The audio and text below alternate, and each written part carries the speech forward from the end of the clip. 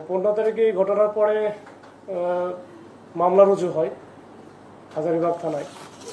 মামলা রুজু হয়, মামলাটা করেন হচ্ছে তারই এক চাচাতো ভাই, এই যে বিশিষ্টের চাচাতো ভাই রেজাউল করে, ওনার বাড়ি নারায়ণগঞ্জ।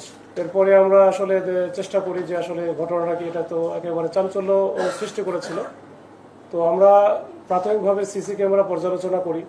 সিসি ক্যামেরা সহ আমরা বিভিন্ন অ্যাঙ্গেলে বেশ অনেকদিন থেকেই আমরা চেষ্টা করে যাচ্ছিলাম।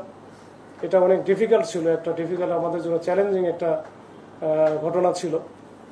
এরপরে আমরা সর্বশেষ এই মামলার আমরা তথ্য বা রহস্য উদ্ঘাটন করতে পারি এবং সিসি ক্যামেরায় আমরা তিনজনকে আমরা আইডেন্টিফাই করে আমাদের দুইটা টিম, একটা টিম গিয়েছিল খুলনার ডুমুরিয়া এলাকায়, যেখানে ওখান থেকে আমরা দুইজনকে গতকালকে ধরি।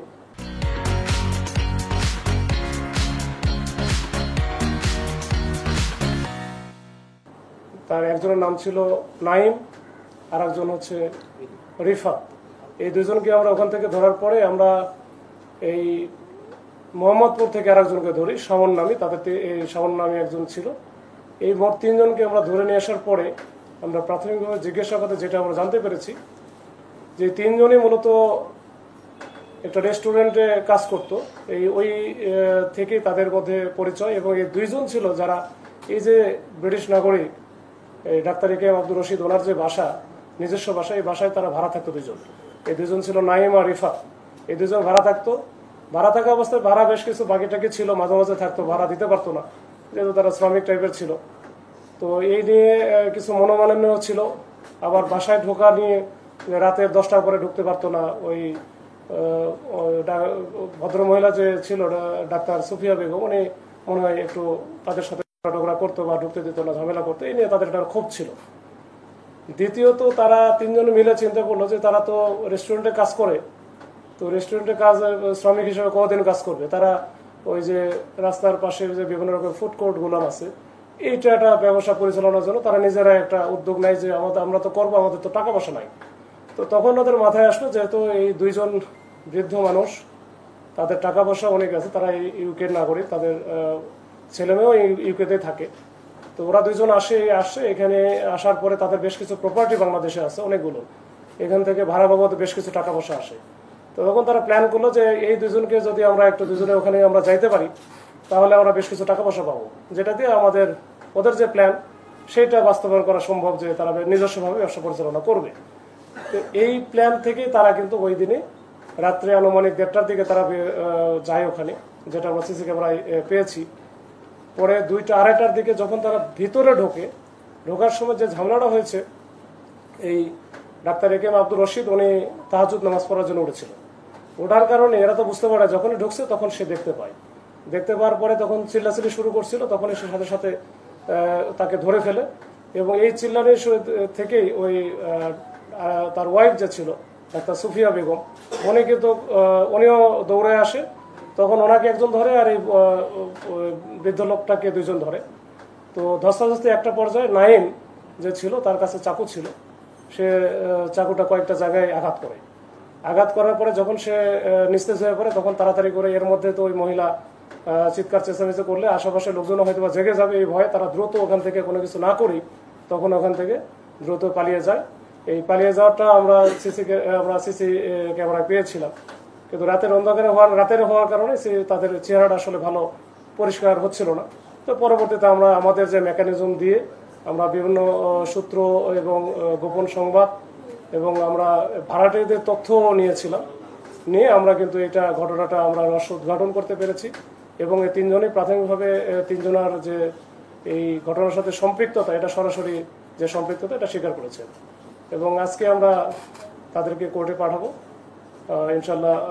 হয়তো বা তারা 164 করবে, স্বীকারোক্তিমূলক জবানবন্দি যেটা, সেটা প্রদান করবে। এই ছিল আজকে বিষয়। 2টা মোটিভ পাইছি। একটা হচ্ছে যে মার্ডার ফর গেইন, যেটা তারা হচ্ছে এখান থেকে কিছু টাকা পয়সা পাবে, যেটা দিয়ে তারা ব্যবসা পরিচালনা করবে, এরকম এটা তাদের প্ল্যান ছিল তিনজনের মধ্যে। আর আরেকটা যেটা পাইছি, যেহেতু দুইজন আগে থেকে ওইখানে থাকতো, এই ঘটনার আগে 1 মাস আগে তারা এই দুইজন হচ্ছে ওইখান থেকে বের হয়ে যায়।